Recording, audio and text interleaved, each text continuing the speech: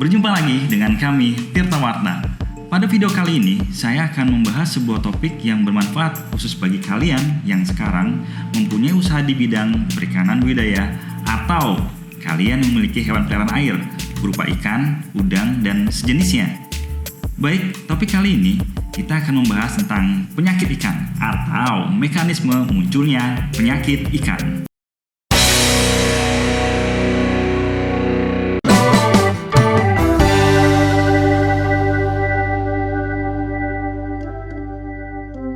Pasti kamu kesal mendengar tentang kata penyakit.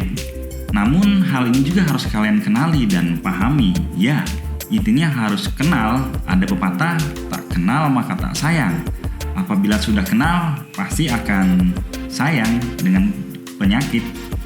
Baik, bagi kalian yang sudah atau ingin melakukan kegiatan usaha budidaya perikanan, baik itu budidaya air laut seperti ikan kerapu, kakap, dan sebagainya, atau budidaya air payau seperti udang windu, paname, serta bandeng, ataupun budidaya ikan tawar konsumsi seperti lele, gurame, nila, maupun ikan tawar hias seperti gupi, cupang, koi, arwana, lohan, dan lainnya yang nggak mungkin saya sebutkan satu-satu karena banyak banget.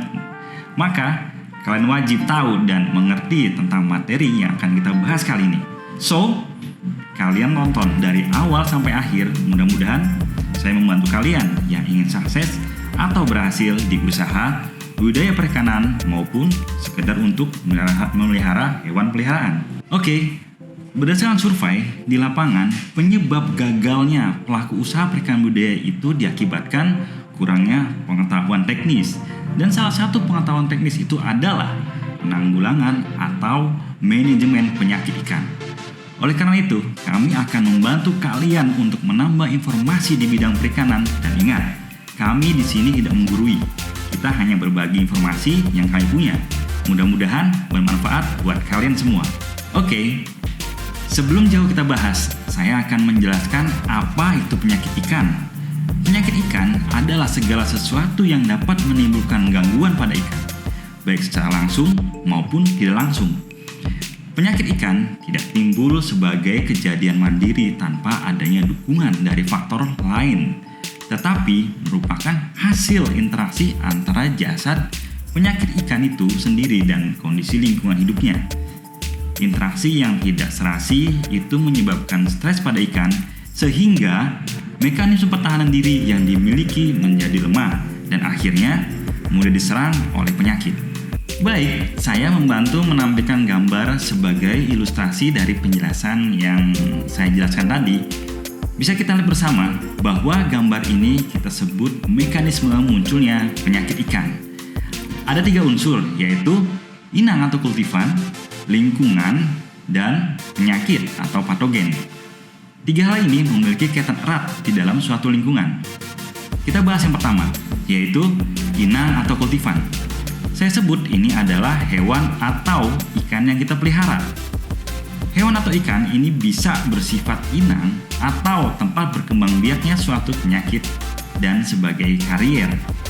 Yang dimaksud karier atau kurir adalah mengantar penyakit. Unsur yang kedua yaitu penyakit atau patogen.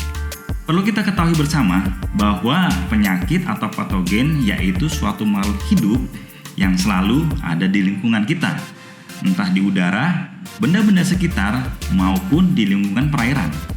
Saya akan berikan contoh gampang bahwa penyakit atau patogen itu tidak bisa kita hilangkan, yaitu pada iklan sabun mandi yang kita sering lihat di televisi atau iklan YouTube. Ya, iklan YouTube, ada nggak ya iklan sabun? Oke, kita anggap ada, tapi sering kita lihat di iklan acara stasiun televisi. Pada iklan tersebut dikatakan bahwa sabun ini mampu menghilangkan bakteri sebanyak 99,9% di tubuh Anda. 99,9%. Kenapa nggak 100%? Ini merek sabun terkenal loh. Ya, hal ini menyatakan bahwa dengan menggunakan sabun pun bakteri atau patogen di tubuh kita tidak bisa hilang, menyisakan sekitar kurang lebih 0,1%.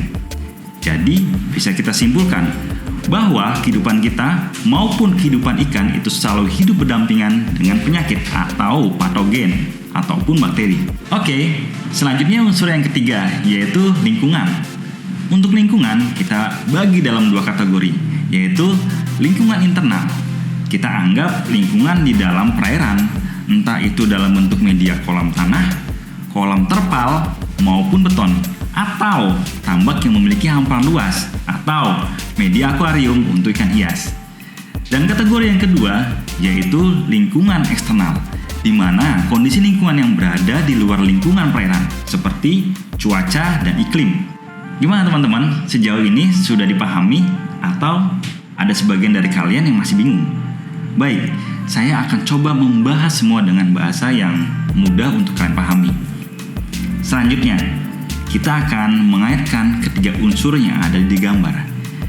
Ketiga unsur tersebut memiliki hubungan erat.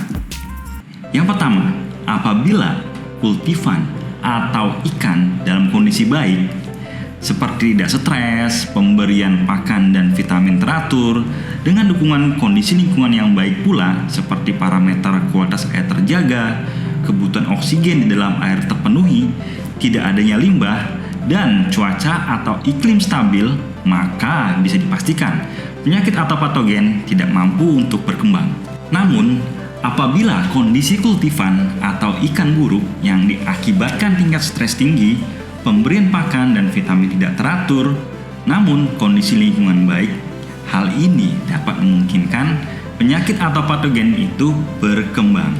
Atau sebaliknya, kultifan atau ikan dalam kondisi baik, namun kondisi lingkungan buruk seperti menurunnya parameter kualitas air, iklim tidak menentu, misalkan malam hujan dan siang panas, yang akan menimbulkan fluktuasi suhu yang terlalu ekstrim.